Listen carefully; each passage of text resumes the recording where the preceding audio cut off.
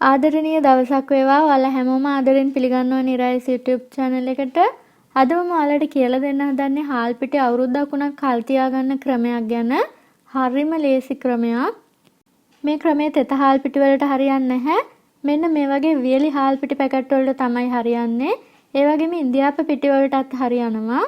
මේ විදිහට හාල් පිටි පැකට් එකක් ගෙනාවහම ඔයාලා පොඩි ප්‍රමාණයක් පාවිච්චි කරලා ඉතුරු ටික ඔයාලට ගොඩක් කල් තියාගන්න ඕනේ නම් කාර්ය බහුලත්වයේ නිසා සමහර විට මාසයක් දෙකක් මාස 6ක් අවුරුද්දක් වගේ කාලයක් ඔයාලට තියාගන්න පුළුවන්.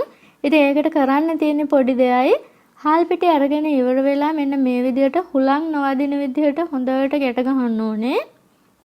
මම මේ පැකට් එක දෙපාරක් නවලා ඊට පස්සේ හෙයා බෑන්ඩ් එකකින් තමයි ගැට ගහන්නේ. ඒක ඇදෙන නිසා හොඳට මේ විදිහට හිර කරලා ගැට ගහන්න පුළුවන්.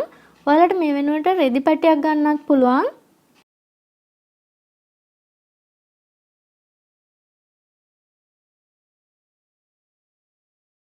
ඊළඟට මම මේ වගේ ප්ලාස්ටික් බෑග් එකක දාලා ආයෙත් පාරක් ගැට ගහනවා.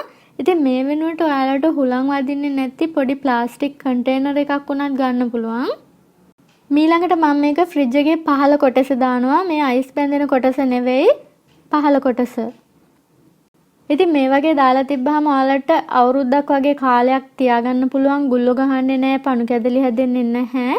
ඒ වගේම ඔයාලට අවශ්‍ය වෙලාවට මේකෙන් ටිකක් අරගෙන පිඟානකට දාලා ඒක සීතල පොඩ්ඩක් යනකන් තියලා පාවිච්චි කරන්න පුළුවන්. ඉතුරු ටික ආයෙත් ඔයාලට මේ විදිහටම ගැට ගහලා ෆ්‍රිජ් එකේ මේ විදිහටම දාන්න පුළුවන්. ඉතින් මම හිතනවා ඔයාලා මේ ක්‍රමයට කැමති වෙයි. ඔයාලට පුළුවන් අත්හදා බලන්න.